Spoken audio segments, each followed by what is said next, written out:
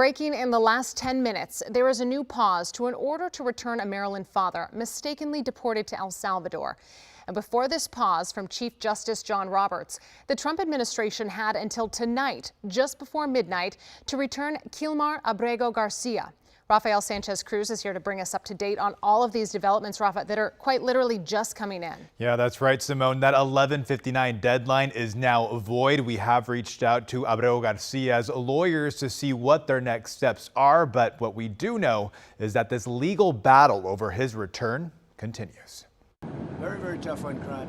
The Trump administration continues fighting a Maryland federal judge's order to return Kilmar Abrego Garcia to the United States. The Prince George's County father was mistakenly deported by the federal government to a notorious prison in El Salvador. That error is admitted in an emergency appeal application to the U.S. Supreme Court that calls Abrego Garcia's return unprecedented and indefensible. ICE has testified, members of ICE, that he is an MS-13 gang member. Without any additional evidence, Monday's request by the Trump administration to the Supreme Court insists that the 29-year-old father of three is an MS-13 gang member. I delivered the news to him that the judge had cleared him of the reckless, false gang allegations. Attorney Lucia Curiel represented Abrego Garcia in 2019 when he was cleared of the gang allegations and granted protection from deportation to El Salvador. The Trump administration also argues that the U.S. has no power over El Salvador and that the Maryland judge's order, quote,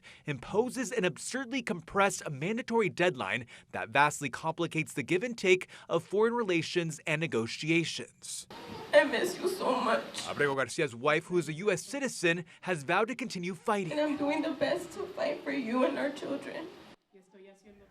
I reached out to the president of El Salvador, Nayib Bukele's press secretary, this morning, but I've yet to receive a response. President Bukele has agreed to meet with President Trump next week, Simone. Hey, Rafa, if the Trump administration brings back Abrego Garcia, could he be deported again? Yeah, so the 2019 ruling that I mentioned only protected him from being deported back to El Salvador because the immigration judge determined that Abrego Garcia and his family were threatened by gangs. It's important to note that the SCOTUS facility where Abrego is being held now is a mega prison for gang members. Now, the court filings make it very clear that Kilmar Abrego Garcia could still be deported, but to another country. I mean, this is all in limbo because now we know that order has been paused, so only time will tell. Someone. He's at one of the most dangerous prisons in the country, in the world, excuse me, as you've highlighted. Yeah. Rafa, keep us updated. Thank you.